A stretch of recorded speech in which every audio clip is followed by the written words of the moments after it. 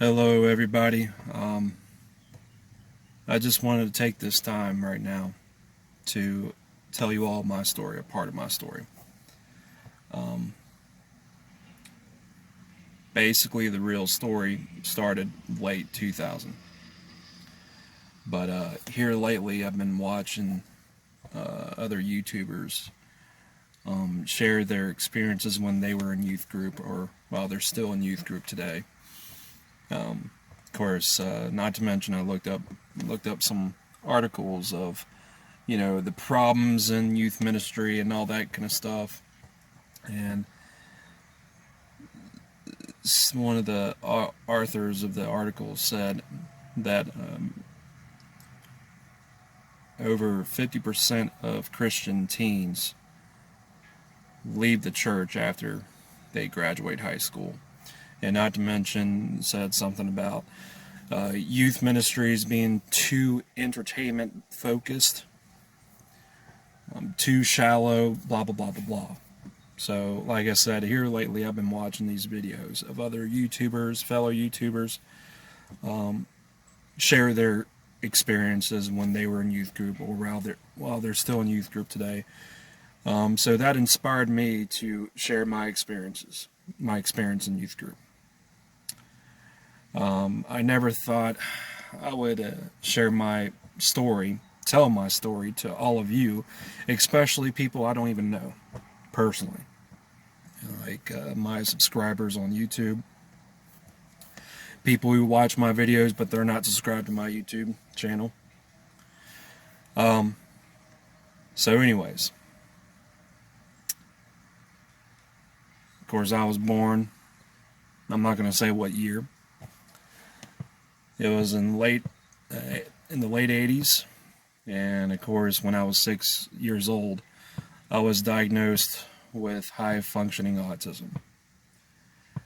And at 7 years old and 10 years old, I was abused by that stepdad that my mom was married to. And so, like I said, the real story starts in late 2000. So, anyways, my mom and I, we were going to First Baptist Church, in Roanoke, Virginia. So we switched churches. We started going to Rainbow Forest Baptist Church in Troutville, Virginia, which is near Blue Ridge. But so I went to the youth ministry at Rainbow Forest Baptist Church, and my first impressions of the youth group was somewhat negative. I said to myself that there's some people here who are fakes, they're too shallow. It seems like some of them are here just to be with their friends. It seems this is not real. It's superficial and all that kind of stuff. They're stuck up. Some of them are stuck up and all that. But yeah, so went there, and from that time in late 2000 to August 2001, I intentionally skipped church because I didn't want to deal with the cliques. But no matter where you go, there's always going to be cliques. Could be at your workplace, could be at your church, could be anywhere else. It doesn't matter. So, anyways, in August 2001, I started my last year in middle school. I went to Reed Mountain Middle School.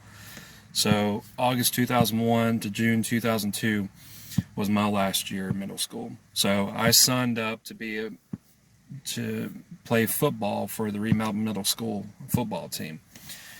And I think he was an assistant or associate youth pastor. His name is Chad. By the way, if I name people, I'm just going to say their first names, not their last names. But I saw Chad. He was there at the football practice, and I was like,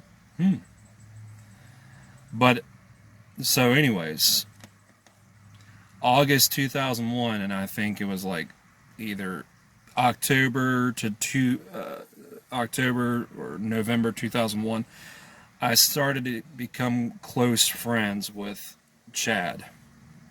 He called me a slacker every time I see him at church and at football practice and all that. So, and then of course, in between that time, September 11th, 2001, the 9/11 attacks. And so around, I think it was August 2001 or October 2001, I started going to church a lot more. And then it gradually went more and more and more to church, and started going to Wednesday nights and all that. But like I said, that school year was my last year at middle school, and of course I remember on September 11th, I was in band class when the band teacher had the news on, and then of course the twin towers were on fire, smoking, blah blah blah blah blah. So I was in band class and all that. So anyways, it wasn't until the start, like I think January, February, or March 2002, is when things started to change. I noticed a change in me. So anyways, went to Sunday school one Sunday around that time, January, February, or March 2002. Chad, who I told you was one of the football coaches at Remount Middle School, and I became close friends with. He was my assistant or associate youth pastor, close friend, still considered him to be my close friend. He challenged me to memorize and recite a Bible verse of my choosing. So I chose the Bible verse, and but the thing is, he said, if you can successfully recite it, we'll go to a Roanoke Express hockey game. The Roanoke Express at the time, here in Virginia, Roanoke, Virginia, they were members of the East Coast Hockey League, which is a step below the American Hockey League. You got the NHL, which is right here, the AHL, and the NHL, AHL, and ECHL, the East Coast Hockey League. So it's a semi-professional hockey league. So then I successfully recite the Bible verse of my choosing, and we go to a hockey game. And around this time, from October 2001 to whatever, like May, I think it was April 2002, everybody wanted to go to the Roanoke Express hockey games, because there was this new guy. He came up from Nunavut, Rincon Inlet, Nunavut, Canada. His name was Terrence Tutu. Everybody, including me, looked up to him like a role model and all that kind of stuff. We look up to him and all that. It didn't matter what size you were. He would hit you. He would fight you on the ice, like other professional hockey players. I mean, he would hit you. He would fight you. He didn't care. He was that type of hockey player who brought the physical game. And that's something that hockey is missing a little bit today. So anyways, you can even say that I idolized Terrence Tutu, and you're right to say that, because a lot of those teens in my youth group at the time said the same thing. So my youth group, my Sunday school youth group, went to the Roanoke Express hockey game. I can't remember if they won the game or not. It's all a blur, really. But so we went to the hockey game, and it wasn't until like the summer of 2002 is where the real change. I noticed the real change. So in the church youth group announcements, I saw was called Student Life Camp, and the location is Lookout Mountain, Georgia, at Covenant College. And I was thinking to myself that, it's probably going to be one of those camps that you sing Kumbaya by the campfire. Boy, was I wrong. But anyways, sorry about the background noise. But paid the registration fee, and of course we get everything loaded up on the bus. And of course, I think before that we went to King's Dominion. Every summer we went to King's Dominion. Every winter we went to what we called winter retreat. But anyways, we got everything situated, packed up in the bus, and then of course we go to Lookout Mountain, Georgia, for a student life camp.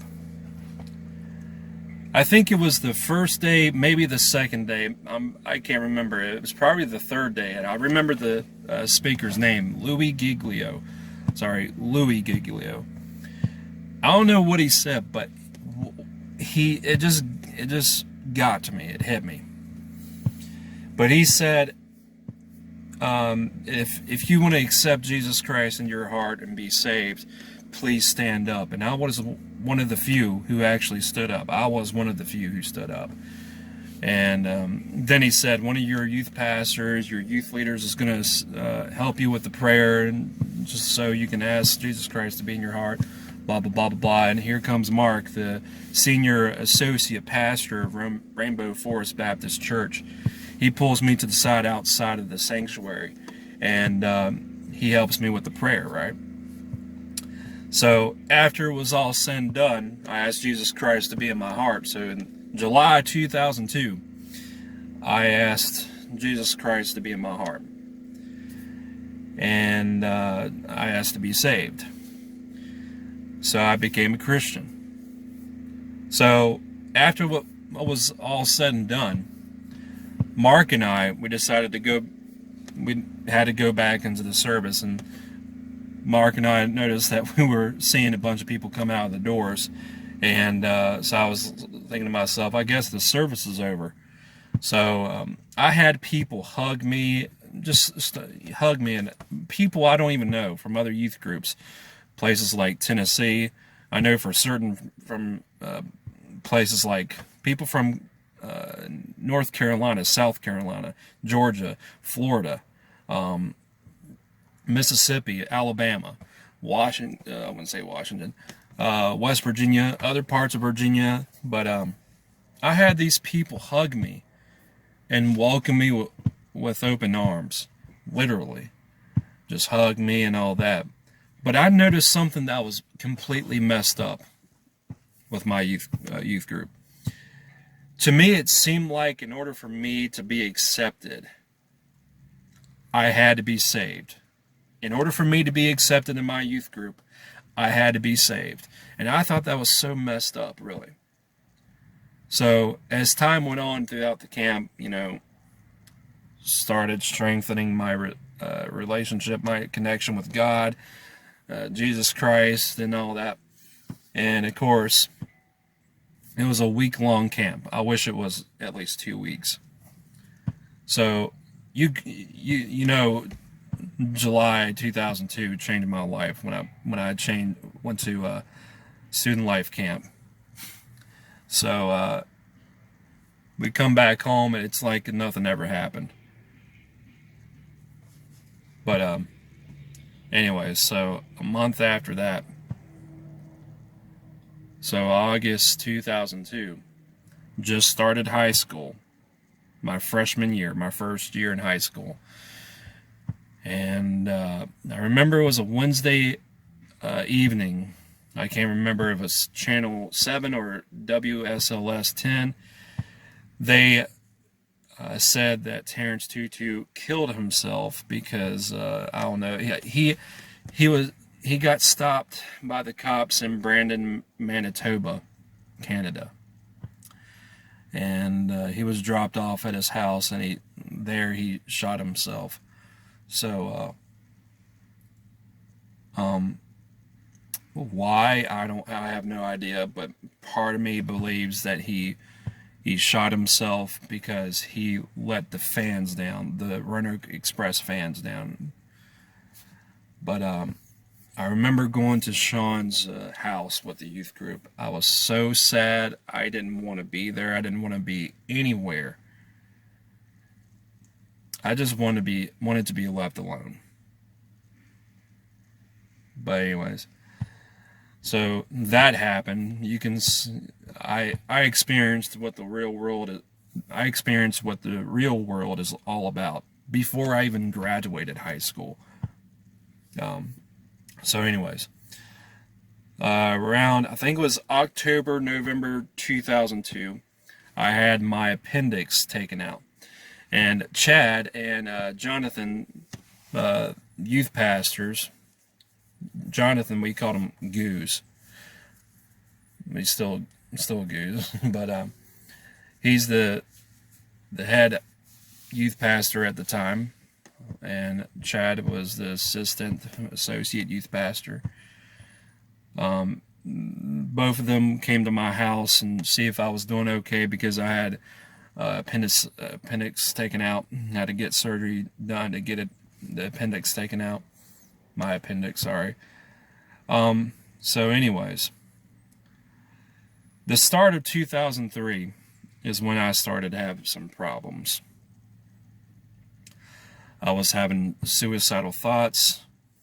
I was starting to feel that I was unwelcomed, unwanted. I didn't feel like I was a part of the family and the youth group. And I think it was early or mid 2003 when Chad went to Florida to go to another church, because he got the call to be a pastor down there, and to my knowledge, he's still down there in Florida. So in 2003, like I said, that's when I started having problems. I was having suicidal thoughts, and I didn't feel welcomed. I didn't feel wanted. I didn't feel like I was a part of the family and the youth group. And those problems lasted until 2006. So then, of course, around that time, or earlier than that, I think late 2002, this guy, Cliff, one of the youth leaders, I heard him speak, give his testimony one time. I think it was 2002, 2003.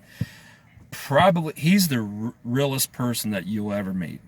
He's the type of type of Christian who's in your face, who tells it like it is, tells the truth, and that's something that the church is missing today.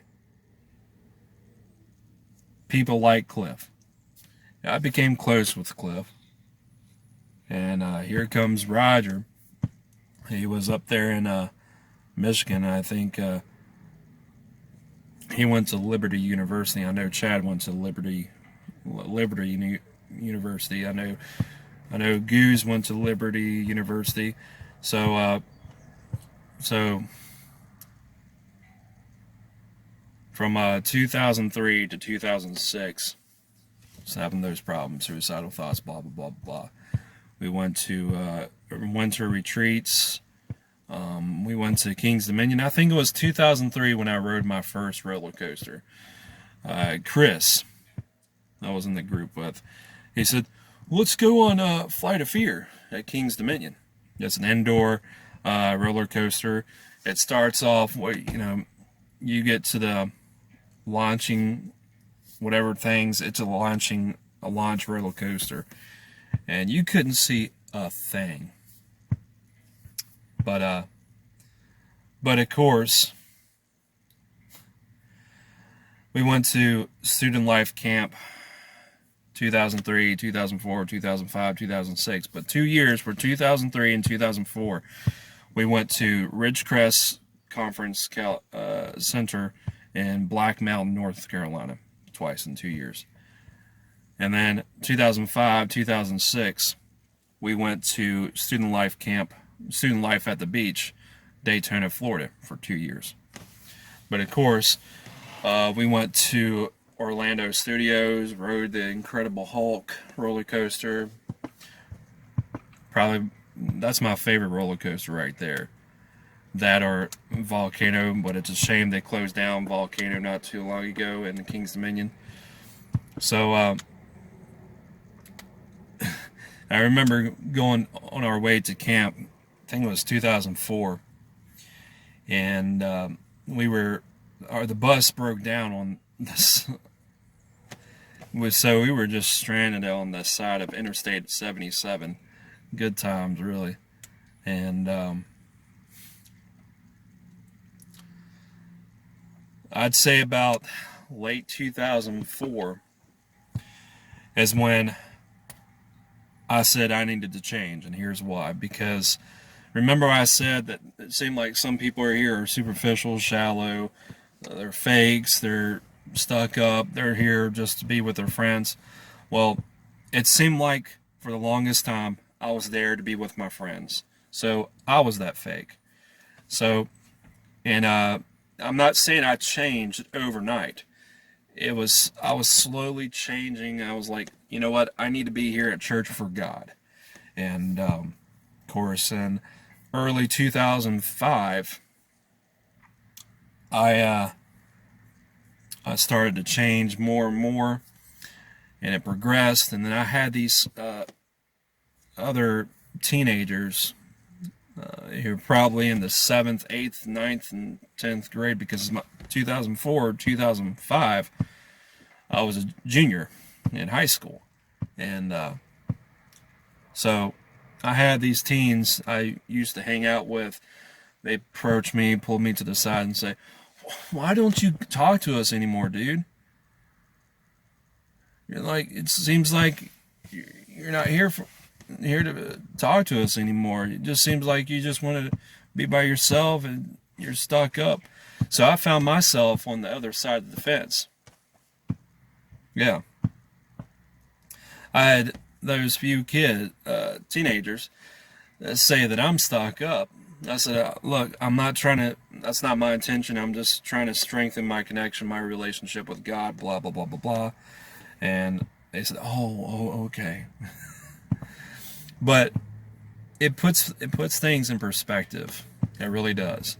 Because, of course, at the time, like I said, I was dealing with several issues. I didn't feel wanted. I didn't feel like I was welcomed.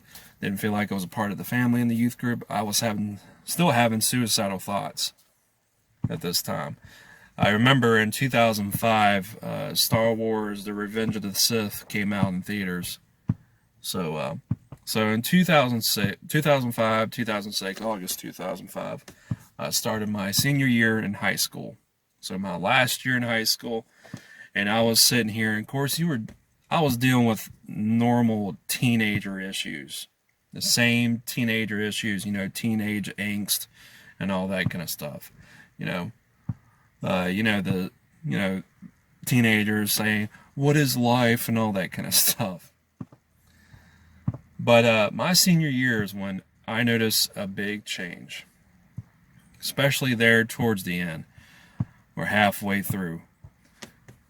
Early 2006. I noticed I wasn't going to school that much. I mean, not school. I wasn't going to youth group that much, to church. Sorry. Just trying to get this right. Done right, I mean. So I started noticing I wasn't going to church a lot. Of course, I just started a job at a roller skating rink called Firehouse Skate and Play in Vinton, Virginia, in January 2006. And love that job. And of course, we bing bang boom, it's the summer. I know after I graduated in June 2006, my mom and I went to Stuttgart, Germany to see family members. It was one of the family members there who was in the U.S. Army at the time, was stationed in Stuttgart, Germany. And of course, after that, went to the went with the youth group to Daytona, Florida for student life at the beach. So then there I was thinking about a lot of things. What am I going to do? And so after camp, I had this, of course, I want to be a public speaker. I want to go to these churches. The reason I'm making this video is to help people. If it helps you strengthening your relationship with God, sharpening your faith with God, and all that, great. If it helps you, I'm doing what I'm supposed to do, because I do want to be a Christian public speaker. Just tell my story. So there I was. I said I want to be a public speaker. I want to be a speaker like Louis Giglio, David Nasser, but I'll learn what I've, take what I've learned from Goose, Jonathan, Chad, Rob, who I became close with when he started coming around in 2004, I believe. And what I learned from Roger and Cliff, apply that to the message that I want to speak on.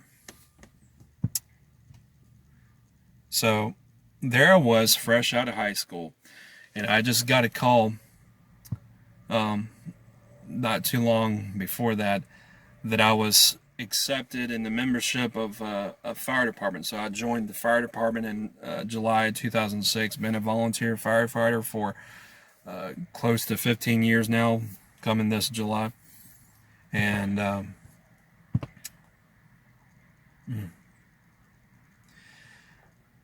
then Goose, the youth pastor, he left Rainbow Forest Baptist Church to do other things.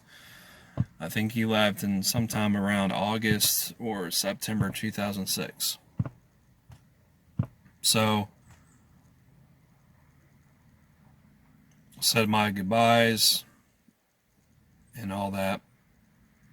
So I'd say about early 2007 is when the new youth pastor from New Bern, North Carolina, Jay, he came all the way up there to Rainbow Forest Baptist Church in Troutville, Virginia. He asked me to be a youth leader, and I said, do I want to be a youth leader? I said, yeah, sure, I would like to be a youth leader. And of course, I was a youth leader for Rainbow Forest Baptist Church from early 2007 to 2011. And in between that time, I was doing roadie and sound and lights work for a band called The Altar. Travis and Russell, what's his name? Dennis and Aaron were in the band, and of course I was doing lights and sound check for the worship band and all that kind of stuff at the time for the youth worship youth band too as well. But and I think it was because of a disagreement in 2011 when I left the church. So I decided to take a break from the church for about a month. Then a month turned into 2 months, 3 months, 4 months, 5 months, 6 months, 7 months, whatever, to a year, and all that. So you get the drift. And in 2012, I converted to Norse paganism.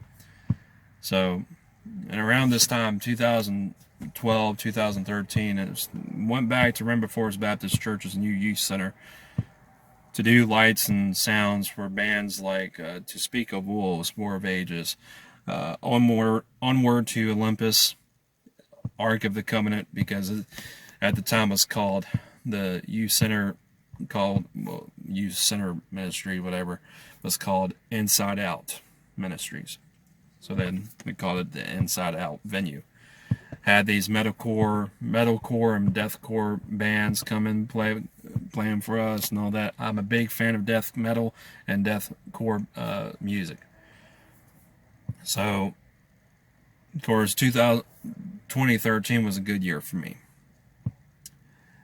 So fast forward until late 2020, in the middle of a coronavirus pandemic, I was starting to have some doubts about Norse paganism. So, the fast forward to last month, May, I reached out to Rainbow Forest Baptist Church via email, and I was invited to go back to Rainbow Forest Baptist Church by Pastor Mark. I told him my story, what's going on, named a bunch of people who had a positive impact in my life. And that's something I want to say right now too. The people I named, Jonathan, Chad, those people out there, Rob and Roger and Cliff, and the people in the youth group, the students, including all the other youth leaders, they had and still have a positive impact on my life. So they had a very positive impact on my life and still do. I just want to thank you all for that as well. So, told him what was going on, told Pastor Mark what was going on. I said, you know what, I just need to get my life back in order. Am I saying I'm back to being a Christian? No, I'm not. I guess in time, I'll see. In due time. But the reason I remember a story of me starting going to, I can't speak today. The reason I remember so well when I started going to Rainbow Forest Baptist Church so well is because I started listening to bands like Sum 41, Slipknot, Metallica, Blink-182, and Nirvana. I'm a big fan of Nirvana. The first song I listened to from that band is called "Come As You Are." Then I listened to In Bloom, Lithium, Heart-Shaped Box, Something in the Way, On a Plane, and of course Silver, About a Girl. So I'm a big fan of Nirvana. And not to mention, my mom was married to this guy who I didn't like.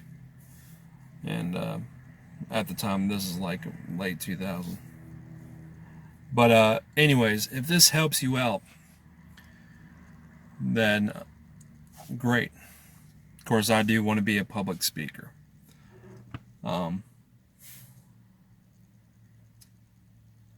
But just recently I made a video about this. In March 2021, Austin, been a while since talked about this, but Austin committed suicide. I used to run fire calls with him. I miss him. And then, of course, like I said, if you relate to my story and it helps you out, great. Of course, like I said, I want to be a public speaker. I hope this helps you out. I hope you have a good day. But anyways, take care.